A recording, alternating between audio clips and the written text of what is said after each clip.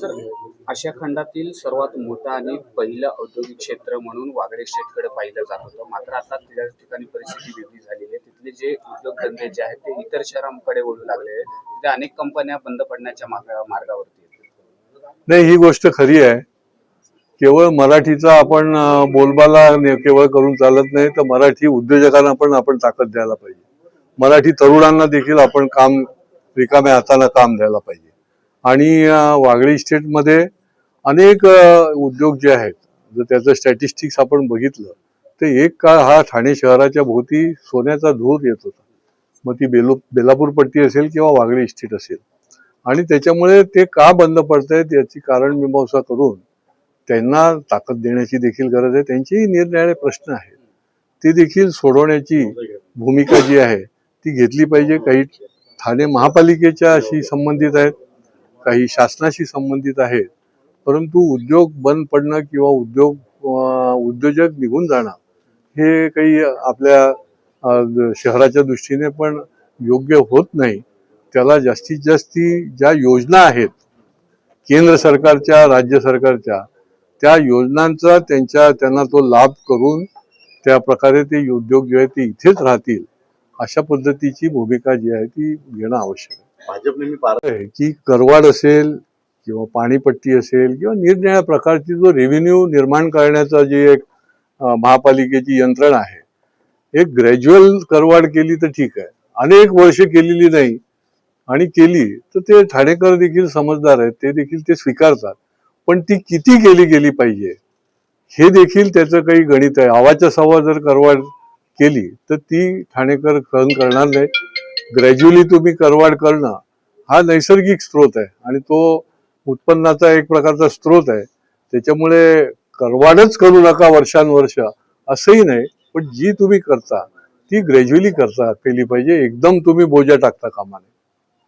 Sir, त्याला cake कापलेला आहे, तिरंगा, त्या केक तिरंगा होता आणि तरी तो केक कापला. म्हणजे अशा प्रकारे त्यांनी तिरंग्याचा अपमान केला. नाही, ही मंडळी काय आहे की जाणीवपूर्वक करतायत का वंदे मातरमचा GR पास झाल्यामुळे काही त्यांच्या दृष्टीने ते निषेध व्यक्त करतायत, काही कळत नाही. परंतु लगोलग अशा प्रकारच्या घटना घडतायत आणि त्याच्यामुळे त्यांनी देखील त्याचं एक तारतम्य पाळायला पाहिजे. आणि जाणीवपूर्वक करत असतील तर त्याच्यावर गुन्हे देखील दाखल व्हायला पाहिजे. कारण की हे आमचं राष्ट्रगीत, राज्यगीत आहे, हे आमचं देशाचं गीत आहे. आणि याच्याकरता वंदे मातरम म्हणत अनेक क्रांतिकारकांनी ते फासावर गेलेले आहेत, अनेकांनी आपला देह सोडलेला आहे. आणि त्याच्यामुळे त्याचा सन्मान हा केलाच गेला पाहिजे आणि हे प्रत्येक नागरिकाचं काम आहे. सर, पण ठाणे महानगरपालिकाच्या बाजूच्या कल्याण डोंबिवली असेल, नवी मुंबई असेल, त्याच पद्धतीने मुंबई महानगर असेल, या सर्व महानगरपालिकांमध्ये जी महासभा होते त्या महासभेचं ते प्रक्षेपण दिलं जातं किंवा तिथे पत्रकारांना व्हिडिओ रेकॉर्डिंग करायला परवानगी दिली जाते, पण ठाणे महानगरपालिका दिली जात नाही. अनेक वेळा मागणी झालेली, मागे देखील आपण यावर बोललो होता. आपली नेमकी भूमिका आहे की इथं परवानगी देण्यात यावी की नाही? नाही, खरं म्हणजे प्रक्षेपण द्यायला हरकत नाही.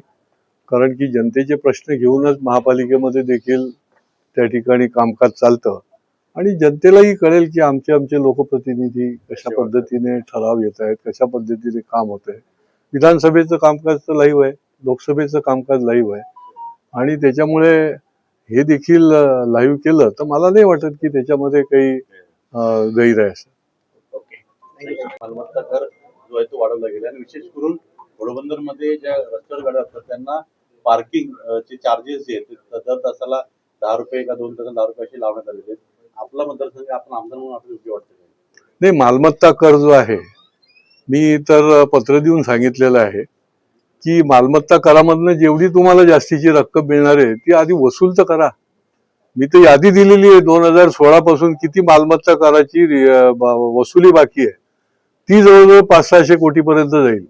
बरं, यांच्याकडे ते रिपोर्ट पण नाही, ऑडिट रिपोर्ट जे स्टॅच्युटरी ऑडिट आहे त्याच्यामध्ये 2018 पर्यंत 279 कोटी मालमत्ता कर तुम्ही वसूलच केलेला नाही. म्हणजे एकीकडे तुम्ही लावायला जाता, पण जो वसूल करायचा आहे तो तर करा पहिले, त्याच्यानंतर 500 ते 550 कोटी रुपये तुम्ही निरनिराळी जी न्याय्य वसुली करायला पाहिजे ती केलेली नाही. आणि तुम्ही छाती बडवत जर फिरत असाल की पैसे नाहीत, हे नाही, ते नाही, छोट्या छोट्या गोष्टींना समाजोपयोगी आमच्या झोपडपट्टीवासियांसाठी ज्या काही योजना त्यांच्याकरता ज्या सुविधा द्यायच्या आहेत त्याच्याकरता तुमच्याकडे पैसे नाहीत. अनेक थकबाकी यांची बाकी आहे आणि प्रशासन जे आहे ते त्याच्यामध्ये पूर्णपणे फेल गेलेलं आहे. म्हणूनच एवढी रक्कम जी आहे ती थकबाकी म्हणून दिसते. पण याचा फटका सामान्य ठाणेकरांना बसणार आहे. कारण खरेदी विक्रेता मालमत्ता इकडे राज्य सरकार म्हणते की आम्ही कुठले कर लावणार नाही, वाढीव करणार नाही, बऱ्याच गोष्टी सूट दिली जाते, सवलत दिली जातात, मोफत अनेक